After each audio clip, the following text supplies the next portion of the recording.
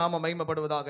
அப்போ இல்ல, அநேக நேரத்துல நானே எல்லாத்தையும் பார்த்துப்பேங்க, நானே எல்லாத்தையும் ஹேண்டில் பண்ணுவேன், எனக்கு எல்லாம் தெரியும், என்னால முடியும், நான் பார்த்துறேன் அப்படின்னு சொல்ற ஒரு விதமான கடினமான மனநிலைமையில அநேகர் இருக்கக்கூடாது.